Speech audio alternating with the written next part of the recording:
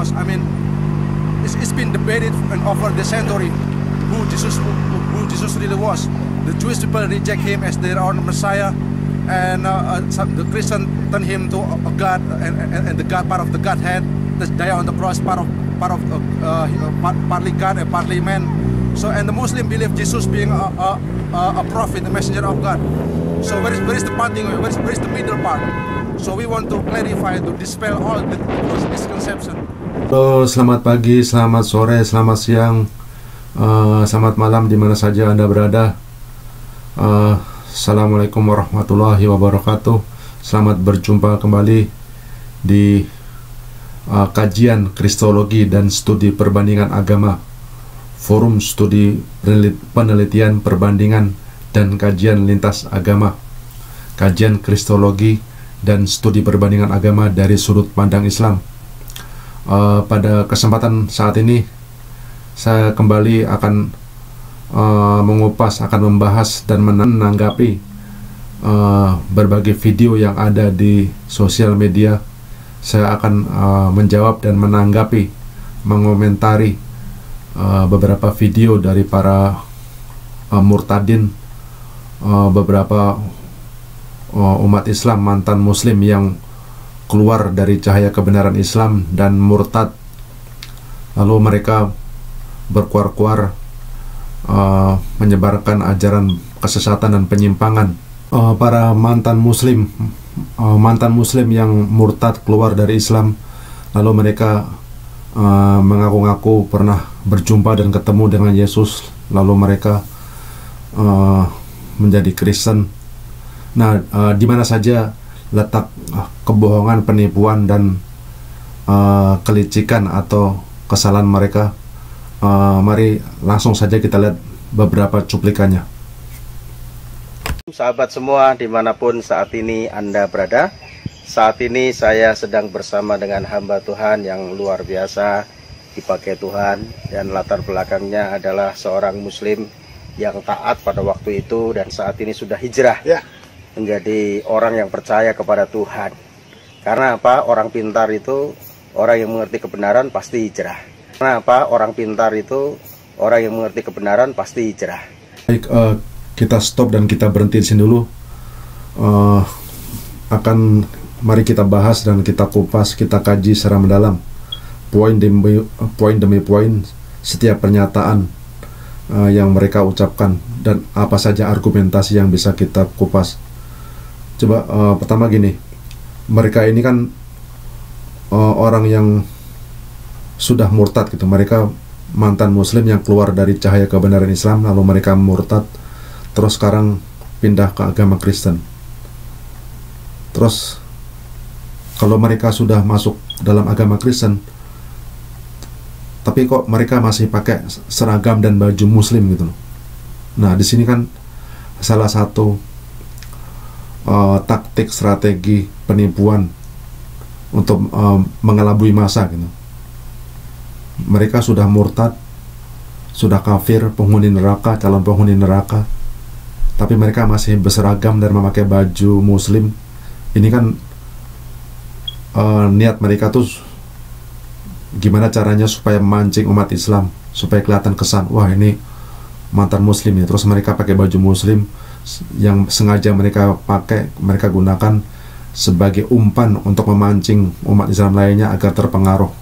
Nah, itu salah satu kejahatan dan kelicikan mereka. Terus mereka bilang orang yang pintar itu katanya akan hijrah. Ini hijrah kemana nih? Hijrah dari cahaya kebenaran Islam terus hijrah ke jalan kekafiran dan kemusyrikan. Itu bukan hijrah namanya, ngawur itu namanya. Dia bilang, coba kita ulangi sekali lagi nih. Kenapa? Orang pintar itu orang yang mengerti kebenaran pasti hijrah. Kenapa? Orang pintar itu orang yang mengerti kebenaran pasti hijrah. Kenapa? Orang pintar itu orang yang mengerti kebenaran pasti hijrah. Kenapa? Orang pintar itu orang yang mengerti kebenaran pasti hijrah. Langsung aja nih, bro. Kalian berdua tuh orang bodoh, orang bego, orang goblok, orang tolol. Anda keluar dari cahaya kebenaran Islam, berarti Anda nggak tahu apa itu Islam. Makanya Anda keluar dari Islam dan murtad. Terus Anda masuk Kristen, jalan kesesatan dan penyimpangan. Anda nggak tahu apa itu Kristen, apa itu ideologi lambang salib, itu ajaran menyimpang, ajaran sesat. Itu langsung aja saya kutip ayatnya dari ucapan Paulus. Paulus tuh pendiri, pencetus, pelopor, pendiri ideologi lambang salib, pendiri agama Kristen tuh Paulus. Paulus sendiri bilang, nih ada ayatnya nih, ada referensinya. Saya unjukin langsung aja. Oke, kita buka Alkitab lagi deh. Kita lihat dalil dan buktinya nih. Oke, saudara sekalian nih. Baik, kita buka nih bukti dan dalilnya nih. Bahwa Paulus itu adalah rasul palsu. Paulus itu adalah rasul palsu dan dia tidak mendapat perintah maupun inspirasi dari Tuhan. Nih, 2 Korintus pasal 11 ayat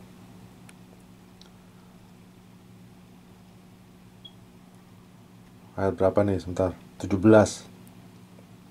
2 Korintus 11 ayat 2 Korintus 11 ayat 17 nih. Paulus berkata nih, apa yang aku katakan, aku mengatakannya bukan. Apa yang aku katakan, nih kata Paulus, apa yang aku katakan, aku mengatakannya bukan sebagai seorang yang berkata menurut firman Tuhan, melainkan sebagai seorang bodoh yang berkeyakinan bahwa ia boleh bermegah, karena banyak orang yang bermegah secara duniawi. Aku mau bermegah juga. Nah, tuh jelas sekali ayatnya ini kan. Jadi Paulus itu tidak mendapat perintah dari Tuhan. Jadi Paulus itu cuman ngarang-ngarang dari pendapat opini dia pribadi. Jadi Paulus itu dalam menjalankan sepak terjangnya, menyebarkan ajaran singkat, jalan potong jalan sesat dan penyimpangan, itu Paulus niat dan motifnya itu karena untuk mencari uang, mencari materi duniawi, untuk bermegah tuh, berfoya-foya, bermegah duniawi, mencari materi duniawi. Tuh ya. Apa yang aku katakan, aku mengatakannya bukan menurut seorang yang berkata menurut firman Tuhan, melainkan sebagai seorang yang bodoh. Seorang yang bodoh. Tuh, coba Anda pikirkan deh. Seorang bodoh. Bodoh itu kata yang sejalan, yang sama, yang sinonim dengan kata bodoh apa? Goblok. Kata lain apa? Tolol. Tuh. Apa yang aku katakan, aku mengatakannya bukan.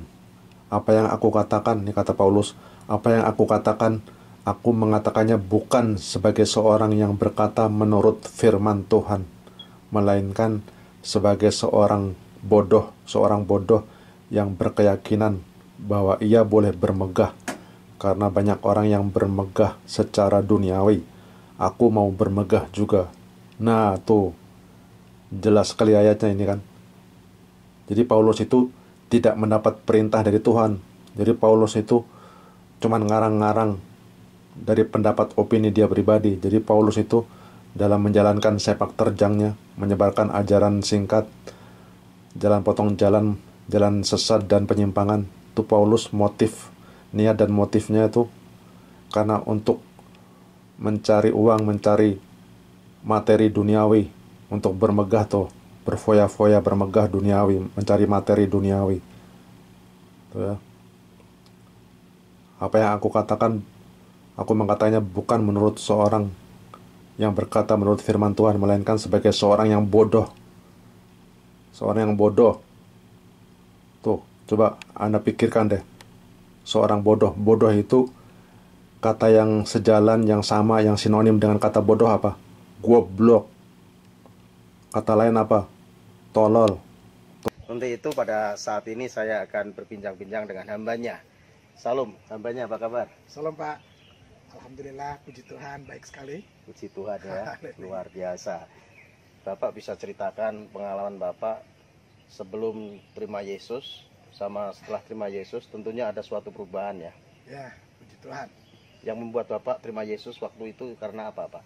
Jadi ada dua hal yang menjadikan saya jadi orang Kristen itu. Yang pertama, saya memang mengalami perjumpaan pribadi dengan Tuhan. Oh, iya. Jadi pada waktu saya sholat tahajud ya atas kehendak Dia berkenan untuk menemui saya. Atas kehendak Tuhan. Ya, atas karena Tuhan kehendak. yang mencari. Iya Iya kan? Iya, Jadi atas kehendak Tuhan, akhirnya Dia datang kepada saya dan Dia menyatakan dirinya.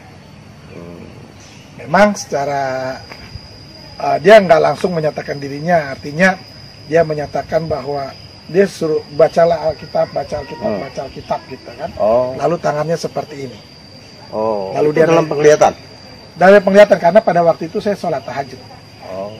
Sholat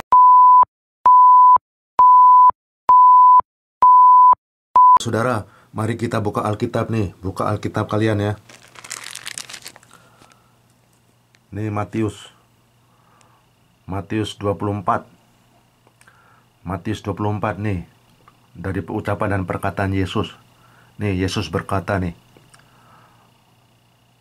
Pada waktu itu, jika orang berkata kepada kamu, lihat, Masias ada di situ, Masias ada di sini, atau Masias ada di sana, jangan kamu percaya. Tuh, jangan kamu percaya. Sebab Masias palsu dan nabi-nabi palsu akan muncul, dan mereka akan mengadakan tanda-tanda mukjizat, tanda-tanda yang dahsyat dan mukjizat-mukjizat, sehingga sekiranya mungkin mereka menyesatkan orang yang pilihan juga. Matius 24 ayat 26 nih, kata Yesus nih, dengerin nih. Jadi apabila orang berkata kepadamu, lihat, ia ada di padang gurun, janganlah kamu pergi ke situ. Atau lihat, ia ada di dalam balik, janganlah kamu percaya. Jangan kamu percaya. Begitu saudara, sebagaimana yang Anda lihat sendiri tuh di dalam Alkitab kalian tuh, ya, di dalam Alkitab kalian, dari ucapan Yesus sendiri. Yesus berkata tuh, Yesus sudah berkata, kalau ada orang yang mengaku-ngaku bertemu dengan Yesus, jangan percaya. Jangan percaya. Tuh di Matius 24, 23, Matius 24 ayat 23 sama 26 tuh, Yesus sudah bilang, kalau ada orang yang mengaku-ngaku ketemu Yesus di mana aja, di gurun pasir, di pasar, di bilik kamar, atau di jalan, jangan percaya. Tuh, udah dikasih tahu sama Yesus tuh. Jadi artinya apa? Siapapun, kalau ada orang yang mengaku-ngaku ketemu Yesus, itu udah pasti dijamin 100% ngibul, bohong, penipu. Itu cuman ilusi, hayalan belaka tuh, ngibul semua. tahajud ya. Ya, sholat tahajud, Luar lalu biasa. saya didatengin seperti itu. Terus respon hambanya nih gimana? Saya sih cuek aja ya, artinya gini. Memang kalau dibilang bahwa 2 kali saya didatengin sama pribadi itu. Memang yang pertama itu ya, saya sih biasa aja, karena saya pikir gini, itu mah biasalah kalau orang lagi sholat tahajud, ada aja gangguan-gangguannya kan. Iya, Tapi iya. ya yang kedua itu dia datang lagi pribadi yang sama, Yesus Kristus jadi itu. saya belum tahu Yesus itu, Waktu itu belum tahu. Ya. karena saya belum kenal kan. Ya. Jadi dia ada cara datangnya sama, cara perginya sama, perintahnya sama, pribadinya juga sama. Iya, iya. Pribadi yang pertama. Pribadi yang menjumpai pertama waktu dengan tahajud pribadi itu yang ya. kedua itu Sama persis. Nah, perintahnya juga sama, baca Alkitab, baca Alkitab, baca Alkitab. Itu perintahnya. Itu Baca Alkitab perintahnya. dan akhirnya Ya, karena saya nggak punya Alkitab pada waktu itu, ya saya baca Al-Quran.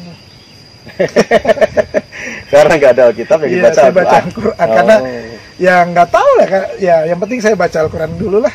Saya juga nggak ngerti itu siapa yang datang ke saya, tapi ya puji Tuhan, pada akhirnya saya tahu bahwa yang datang itu adalah Isa Al-Masih. Sama si Yesus Kristus. Yesus Satu Kristus Kristen, ya. sebagai Tuhan dan Juru Selamat saya untuk sekarang ini. Iya. Kok ini dasar ngibul aja, ngibul, nipu, dan nipuin orang aja. Kok bilang ketemu dengan Tuhan, ketemu dengan Yesus, sholat tahajud, ngawur, ngibul, bohong, nipuin orang, ya, rekayasa aja. Coba aku bilang lagi sembahyang tahajud, ketemuin Tuhan katanya, atau ketemu Yesus. Ketemunya bagaimana? Berupa apa? Apa kau salaman langsung, apa berpelukan, atau gimana?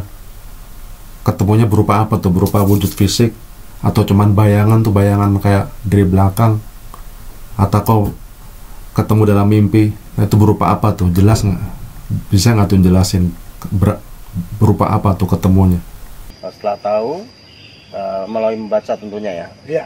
Kan punya hanya Al-Quran waktu itu dibaca. Dan pemahaman tentang Isa Masih itu yang di Al-Quran itu, atau setelah itu pengen tahu yang di Alkitabnya orang Kristen? Ya, saya tuh penting saya baca Al-Quran dulu. Al-Quran dulu. Artinya saya mempelajari Al-Quran dulu, lalu mantep, baru saya mengambil keputusan. Karena saya juga nggak sembarangan kan untuk, karena ini masalah keyakinan dan masalah kehidupan saya pada akhirnya di akhirat nanti kan. Apakah saya surga atau neraka? Nah itu kan menentukan. Makanya saya tidak sembarangan untuk mengambil keputusan itu. Saya tidak sembarangan untuk mengambil keputusan itu. Saya tidak sembarangan untuk mengambil keputusan itu. Saya tidak sembarangan untuk mengambil keputusan itu. Apa kau bilang, bro? Kau bilang kau mantep. Kau bilang kau mantep sebelum mengambil keputusan. Mantep dari Hong Kong. Berarti kau ini nggak belajar dulu. Berarti kau ini sembrono dan sembarangan, nggak belajar dulu. Kau nggak belajar. Kau nggak tahu Islam secara mendalam. Kau nggak belajar Islam, dan kau nggak belajar Al-Quran. Terus di sisi lain kau juga nggak belajar Alkitab. Kau juga nggak belajar mengenai sejarah ideologi lambang Kristen, ajaran sesat dan menyimpang itu. Makanya kau masuk Kristen. Kalau kau tahu apa itu Kristen, kesesatan dan penyimpangannya, kau nggak akan mungkin murtad masuk Kristen. Tuh ayatnya tadi udah saya unjukin. Iya. Tapi setelah dipikirkan dengan pemikiran yang panjang tentunya ya. Ya, saya renungkan gitu kan. Lalu pada akhirnya saya mengambil keputusan, saya ikut ini. Isa Masih. Isa Masih. Luar biasa. Tentunya setelah ikut Isa Masih ada perbedaannya ya. Sebelumnya kan taat sekali menjalankan ibadah, ritual-ritual dan sebagainya gitu ya. Nah, itu kan tentunya juga merasakan sebelum percaya Yesus sebagai Tuhan dan Juru Selamatnya atau Isa Masih itu, dan setelah kan tentunya ada suatu perbedaan ya yang dialami. Ya, pasti. Seperti apa itu? Ya, perbedaannya adalah dari sisi keyakinan saya lebih yakin tentang hidup ini, bahwa hidup itu harus pasti. Harus pasti. Terutama mengenai keselamatan itu harus ada kepastian. Apakah Pasti sekali itu, pasti bodohnya, pasti gobloknya, pasti tololnya, pasti begonya, pasti kafirnya, dan pasti masuk nerakanya tuh. Nah tuh lihat ayatnya tuh ya. No, lihat ayatnya nih. Sebelumnya belum nggak ada kepastian. Kan mudah-mudahan. Masih mudah-mudahan ya. Semoga. Kalau kita berjanji, misalnya saya berjanji sama Bapak, kita ketemuan yuk di kota sana atau di kota sini, saya bisa aja ya, jika Tuhan menghendaki ya gitu kan. Jika Tuhan menghendaki ya kita bisa bertemu. Tapi kalau bicara masalah keselamatan, tunggu dulu. Keselamatan ini yang antara surga atau neraka. Dan saya percaya setiap manusia di muka bumi ini pastinya siapapun dia menginginkan surga. Semua. Karena surga itu adalah tujuan utama dari setiap manusia di muka bumi ini. Ya, dan untuk meraih surga itu, yang siapapun orangnya pasti tujuannya ke situ. Tujuannya ke situ. Sehingga manusia ini memiliki banyak agama dan kepercayaan. Betul. Nah, tapi untuk menuju surga itu, jalan mana yang harus kita pilih? Itu yang paling penting. Ya. Karena kalau kita nggak tahu jalannya menuju surga, ya nggak bisa. Nggak bisa. Walaupun orang bilang begini, banyak jalan menuju Roma. Iya. Ya kan? Banyak jalan menuju Roma. Tapi hanya satu jalan menuju surga. Nah, itu yang jadi jalan menuju surga hanya satu. Hanya satu ya. Melalui Yesus Kristus. Yesus Kristus Tuhan yang dipercayai oleh hambanya. Untuk saat ini. Dan juga saya. Ya, puji Tuhan. Artinya ada kepastian itu ya. Ada kepastian. Nah, setiap manusia butuh sebuah kepastian. Kalau tidak ada kepastian, pastinya orang itu tidak akan pernah melangkah. Betul ya. Apapun agamanya dan siapapun orangnya, apapun profesinya, jabatannya, kehidupan sosialnya, itu pasti mau apa ya namanya, pengen kepastian gitu. Ada kepastian. Kalau nggak ada kepastian ya tentunya dia tidak akan pernah jalan. Ada keraguan, ada pertimbangan, gitu tentunya tidak akan pernah melangkah gitu kan. Tapi ketika ada satu kepastian dia pasti mengikut. Nah, itu saya. Dan itu ditemukan melalui Isalmasi. Isalmasi. Jalan yang pasti. Karena dia ketika saya akhirnya ya saya baca Alkitab dan menemukan saya baca Alkitab dan menemukan Nih, berikutnya nih kata dia, akhirnya setelah saya baca Alkitab, terus nih baca Alkitab yang benar seluruhnya. Nah, itu lihat tadi ayatnya tuh, ayat 2 Korintus 11 ayat 17 tuh, lihat. Itu ucapan pernyataan dari Paulus, pencetus, pelopor, dan pendiri agama Kristen ideologi lambang salib, yang mengaku bodoh, goblok, tolol, dan bego. Nah, apa kamu nggak membaca ayat itu? Apa yang aku katakan, aku mengatakannya bukan. Apa yang aku katakan, ini kata Paulus, apa yang aku katakan, aku mengatakannya bukan sebagai seorang yang berkata menurut firman Tuhan, melainkan sebagai seorang bodoh yang berkeyakinan bahwa ia boleh bermegah, karena banyak orang yang bermegah secara duniawi. Aku mau bermegah juga. Nah, tuh jelas sekali ayatnya ini kan. Jadi Paulus itu tidak mendapat perintah dari Tuhan. Jadi Paulus itu cuman ngarang-ngarang dari pendapat opini dia pribadi. Jadi Paulus itu dalam menjalankan sepak terjangnya, menyebarkan ajaran singkat, jalan potong jalan sesat dan penyimpangan, itu Paulus niat dan motifnya itu karena untuk mencari uang, mencari materi duniawi, untuk bermegah tuh, berfoya-foya, bermegah duniawi, mencari materi duniawi. Tuh ya.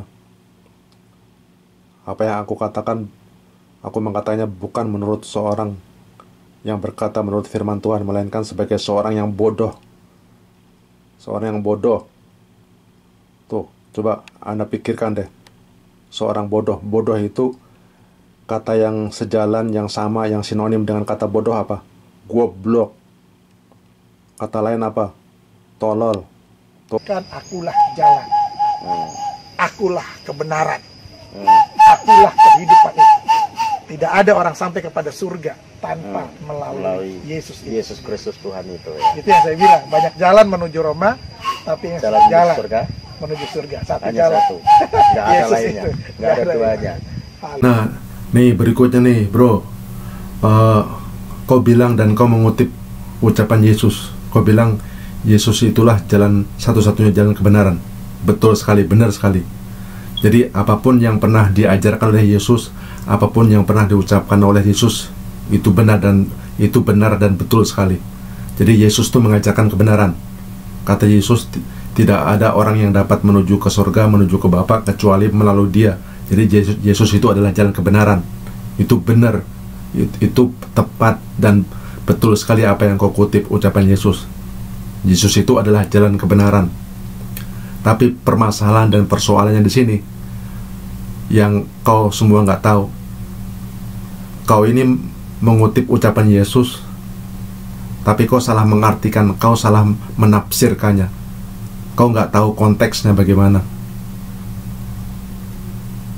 Karena di dalam Alkitab itu, di dalam Alkitab itu semuanya ada bercampur aduk, bercampur baur antara kebenaran dan kesalahan. Di sana ada ucapan, ada firman Tuhan, di beberapa porsi. Di sana ada ucapan para nabi dan rasul, beberapa porsi. Di sana ada ucapan Yesus, beberapa persen. Lalu 75% kurang lebih di Perjanjian Baru itu hampir didominasi dan dikuasai oleh Paulus. Nah, Paulus itu adalah rasul palsu, serigala berbulu domba. Paulus itu adalah musuhnya Yesus. Nah, yang menyebarkan ide bahwa datangnya ide bahwa Tuhan menjelma jadi manusia. Tuhan turun ke bumi, berjelma dalam wujud manusia, lalu berkorban mati di tiang salib. Nah, itu semuanya itu adalah ciptaan dan karangan Paulus. Jadi agama Kristen itu adalah ciptaan dan buatan Paulus dan peninggalan kerajaan dan kaisar Romawi.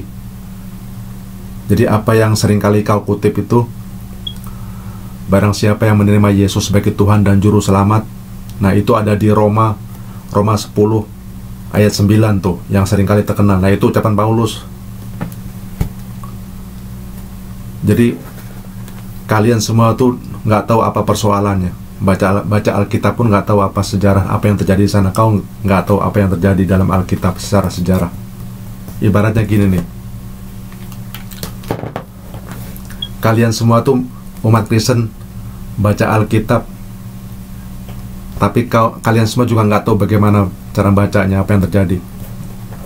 Kalian baca Alkitab, kalian membaca ucapan dan perkataan Yesus, tapi dalam benak pikiran kalian sudah terasah, terdoktrinasi dengan doktrin lambang salib. Nah, sementara doktrin ideologi lambang salib itu adalah jalan singkat potong jalan, ajaran mitos, ajaran fiksi, ajaran tahayul, ciptaan dan karangan Paulus. Nah, itu ideologi lambang salib. Jadi apa yang terjadi di sini? Kalian tuh membaca Alkitab, tapi kalian menafsirkannya, memahaminya dengan kacamatanya Paulus. Nah, tuh ini kacamatanya Paulus. Berikutnya nih bro, dan kalian semua nih umat Kristen nih, ini penjelasan dan ibaratnya tuh seperti gini. Kalian tuh ibaratnya baca Alkitab, terus kalian membaca ucapan dan perkataan Yesus, terus kalian salah menafsirkan dan mengartikannya atau melihatnya lewat teropong yang salah. Kalian membaca Alkitab, membaca ucapan dan perkataan Yesus, tapi kalian menafsirkannya secara salah karena kalian menafsirkannya menggunakan kacamata dan pandangan Paulus. Jadi kalian membaca Alkitab, terus kalian juga melihat dan membacanya lewat teropong lambang salib ciptaan Paulus itu tuh. Ajaran sesat, menyimpang ciptaan Paulus. Jadi itu yang terjadi begitu tuh. Nah, ini yang terjadi nih. Coba Anda pikirin secara mendalam tuh.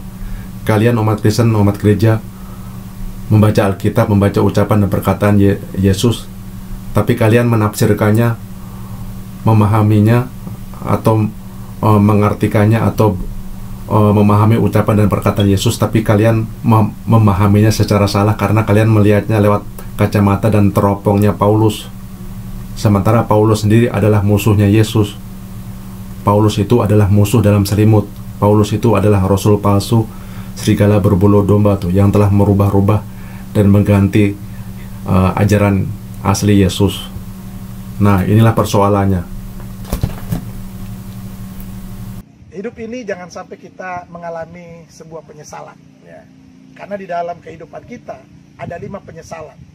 Lalu penyesalan yang kelima, ini penting. Ya, ini penting, yaitu dicatat. Penyesalan kekal. Apa kekal. itu penyesalan kekal? Kalau kita salah pilih juru selamat. Kalau kita salah pilih juru selamat, menyesalnya seumur hidup. Kekekalan. Dan setelah itu sudah tidak ada kesempatan. Tidak ada lagi, kecuali kalau dia memang mau datang. Nah, ya, selama nafas masih ada tentunya. Masih ada, ya. Kalau tidak, ya akan menyesal selamanya. Akan menyesal selamanya, gitu. Iya kan? Karena pasti ujungnya kan penghukuman kekal. Penghukuman kekal karena kita salah pilih juru selamat. Salah pilih juru selamat karena nggak jelas. Nggak jelas. Dan betul. Yesus memberikan jalan yang jelas, yang pasti. Betul, betul. Iya kan? Nah, buat semua yang saat ini mendengar perbincangan kami, ya, yang belum membuka hati terima Yesus, buka hati terima Yesus sebagai Tuhan dan Juru Selamatmu. Saya yakin Anda tidak akan pernah menyesal. Karena apa? Yesus adalah jalan yang pasti, dan Yesus memberikan jaminan, yaitu kehidupan kekal dalam kerajaan surga. Karena hanya ada 2 jalan. Kalau nggak jalan ke neraka, jalan ke surga. Jalan ke surga sudah pasti hanya melalui Yesus Kristus. Nah, ini lagi berikutnya nih. Ini kalian ini bodohnya, tololnya, gobloknya minta ampun. Kalian ini udah terperangkap, kalian ini udah terjebak ke dalam lubang kesesatan dan penyimpangan dan kebodohan, kegoblokan. Terus sementara Anda sendiri nggak menyadarinya gitu. Kalian mengutip ucapan Yesus, terus kalian menafsirkannya dengan ucapan, kalian menafsirkannya dengan teropong, dengan kacamata Paulus. Udah gitu ditambah lagi, kalian berkuar-kuar di sosial media, mempengaruhi dan mengajak orang ke jalan kesesatan, kebodohan. Ini kan namanya suatu kejahatan, penipuan, pembohongan, kelicikan dan kemunafikan dan pembodohan massal. Tapi sementara Anda sendiri nggak sadar gitu. Baik. Nah, untuk yang sudah terima Yesus apa pesannya? Untuk yang sudah terima Yesus, saya mau bilang begini, tetaplah setia pada Tuhan Yesus, Tetap setia, dan tetaplah komitmen tetap dalam komitmen. setiap hidup kita, terutama komitmen dalam iman kita, dalam keyakinan kita kepada Kristus. Sekali Yesus, tetap Yesus. Sekali Haleluya. Yesus, tetap Yesus. Puji Tuhan. Nah, ini lagi berikutnya nih. Puji Tuhan kau bilang. Puji Tuhan dari Hong Kong. Kalau seseorang mengikuti Yesus secara baik dan benar, secara hati-hati, kalau seseorang mengikuti Yesus dengan ilmu dan pengetahuan dan bukti ayat, kalau seseorang mau benar-benar mengikuti Yesus, itu udah pasti dijamin secara otomatis dia akan mengikuti Nabi Muhammad nih. Tuh. Karena Yesus itu mengatakan, meramalkan dan bernubuat, memprediksi kedatangan Nabi Muhammad. Yesus itu bernubuat mengatakan kedatangan Nabi terakhir, Nabi Muhammad. Jadi buat kalian semuanya nih yang mau benar-benar ikhlas, mau tulus dan benar-benar serius mau mencari kebenaran, nah lihat tuh di channel saya yang lainnya tuh, khusus video mengenai nubuat dan kedatangan Nabi Muhammad, Nabi terakhir yang disebutkan, yang diucapkan oleh Yesus. Jadi Yesus itu memprediksi, bernubuat mengatakan kedatangan Nabi terakhir, Nabi Muhammad. Jadi kalau seseorang benar-benar mengikuti Yesus, itu pasti dijamin dia akan menemukan kebenaran Nabi terakhir, Nabi Muhammad.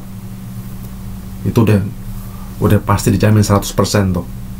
Kalau kalian benar-benar serius, lihat tuh di video khusus ada di YouTube channel saya itu. Demikianlah perbincangan saya dengan hambanya Pastor Daeng Iksan Palopo, yang mantan dari Murtadin, seperti saya juga mantan dari Murtadin, menyaksikan pengalamannya bagaimana perjumpaannya dengan Tuhan dan memutuskan untuk menerima Yesus sebagai Tuhan dan Juru Selamatnya. Bahkan saat ini bro, kalian semuanya nih dengerin baik-baik nih, belajar dulu yang benar, belajar secara mendalam, jangan main koar-koar aja, main murtad, koar-koar, terus mempengaruhi orang, malah menyimpang. Nih, lihat di belakang saya nih.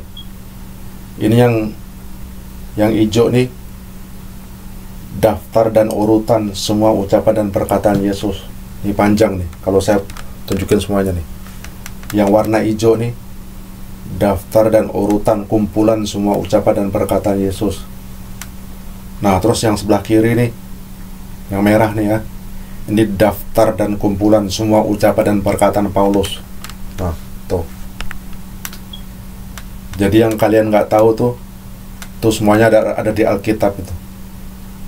Jadi ada konflik, ada perseteruan, ada pertarungan, ada perang spiritual, konflik antara ajaran Yesus dengan ajaran Paulus tuh. Jadi ajaran Yesus tuh berbeda, nggak sama, bahkan bertentangan dan bertubrukan dengan ajaran Paulus. Semua yang diucapkan Yesus tuh benar, betul. Nah, semua yang dikatakan Paulus tuh salah dan ngawur semuanya tuh. Nah, itu ideologi lambang salib tuh, ucapan dan ciptaan karangan Paulus tuh. Jadi apa yang terjadi di sini? Dua hal yang saling terpelintir dan terbelilit.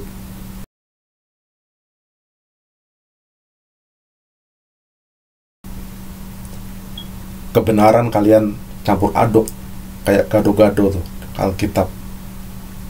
Tadi ayat udah saya tunjukin tuh, 2 Korintus 11 ayat 17 tuh udah saya kutip berulang kali. Nah itu ucapan Paulus. Nah Paulus sendiri udah mengaku bahwa dia nggak mendapat wahyu dari Tuhan. Apa yang dia bilang, apa yang disebarkan oleh Paulus tuh, ideologi lambang salib tuh, itu ciptaan dari Paulus, dan Paulus nggak mendapatkan wahyu dari Tuhan.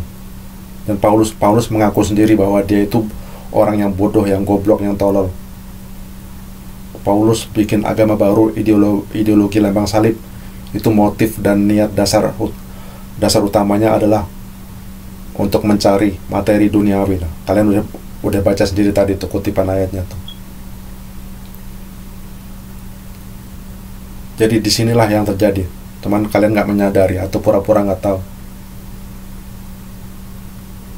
Ketika dua hal yang saling berbeda, yang salah dan yang benar kecampur aduk, jadi terpelintir, terbelilit. Kebenaran Yesus tertutupi, terhalangi. Kebenaran Yesus terhalangi, tertutupi oleh kejahatan dan kepalsuan Paulus. Nah, itu yang terjadi.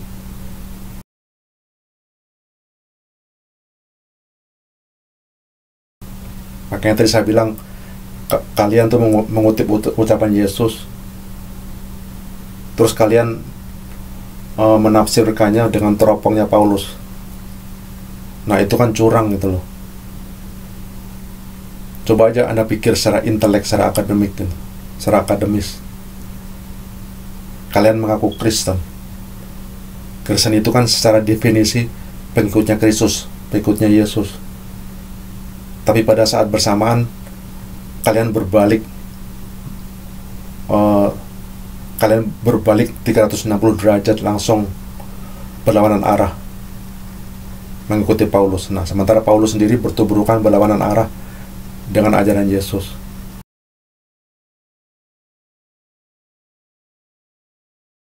Nah, disinilah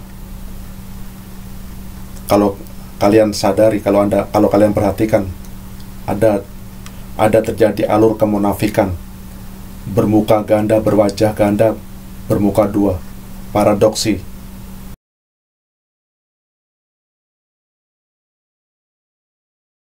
Kalian mengakunya pengikut Yesus, tapi pada saat yang bersamaan kalian ngutip ucapan Paulus. Nah, itu kan kelicikan, kecurangan, dan kebodohan. Berwajah ganda dan bermuka dua, munafik gitu.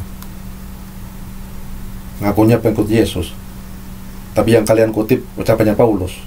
Nah, itu ayat yang kalian kutip dan kalian keluar-keluarkan tuh seringkali.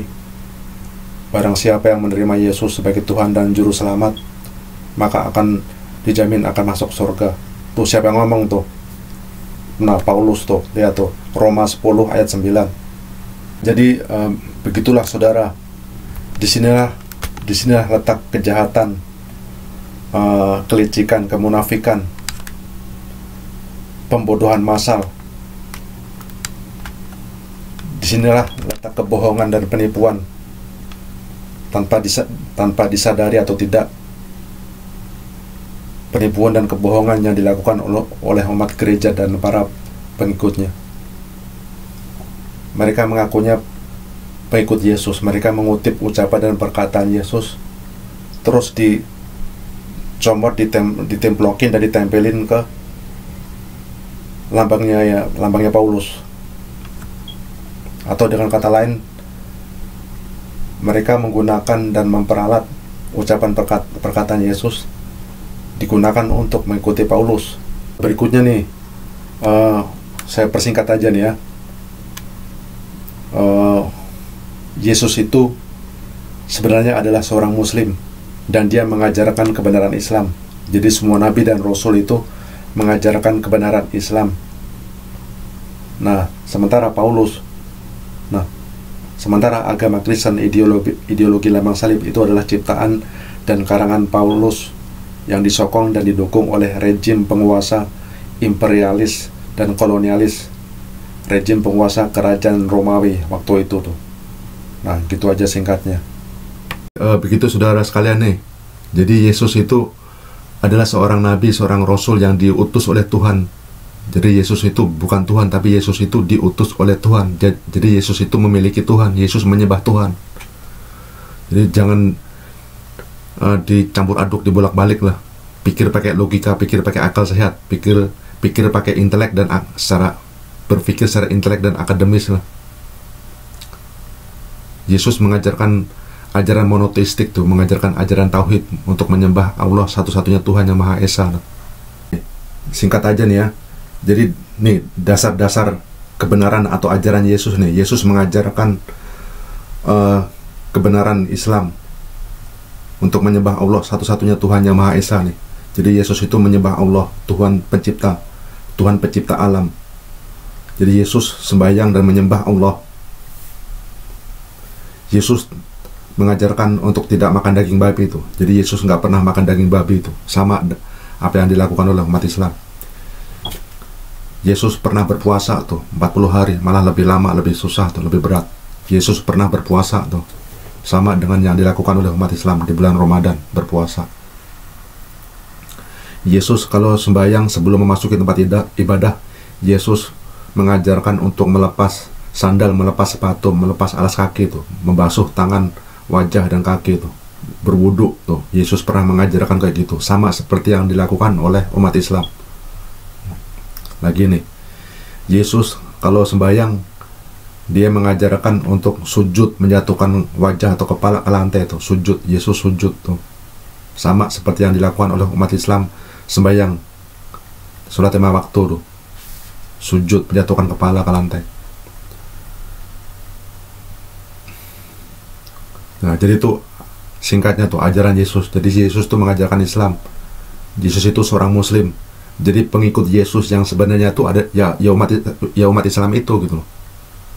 Jadi pengikut Yesus yang sebenarnya itu adalah umat Islam. Dan agama Kristen ideologi lambang salib, jalan singkat potong jalan, ajaran sesat menyimpang ideologi lambang salib tuh sekali lagi ajaran Paulus, ciptaan Paulus, dan peninggalan kekaisaran kerajaan Romawi itu. Jadi baik gitu aja saudara nih. Saya persingkat nih supaya nggak panjang lebar nih, karena udah terlalu panjang video ini. Baik, demikian aja apa yang dapat saya sampaikan. Mudah-mudahan bisa berguna, bisa bermanfaat, bisa berfaedah, bisa membuka hati dan pikiran Anda semuanya.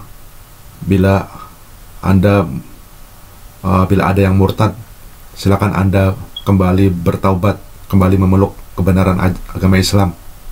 Kalau Anda umat Kristen, umat Yahudi, silakan ikuti petunjuk kebenaran Islam, kebenaran Al-Quran dan risalah Nabi Muhammad Sallallahu Alaihi Wasallam. Silakan Anda subscribe, di-share, lihat semua video yang ada di channel tuh. Ada 100 video yang ada di channel saya dengan berbagai judul dan topik yang berbeda. Yesus itu bukan Tuhan, Yesus itu bukan anak Tuhan, Yesus tidak pernah mati dan tidak pernah disalib, Yesus tidak pernah mengajarkan kekristenan tuh. Paulus rasul palsu tuh. Siapakah Paulus tuh yang sebenarnya? Musuh dalam selimut. Paulus rasul palsu. Baik, demikian aja. Selamat berjumpa kembali di lain waktu dalam pokok bahasan dan topik yang berbeda. Wassalamualaikum warahmatullahi wabarakatuh.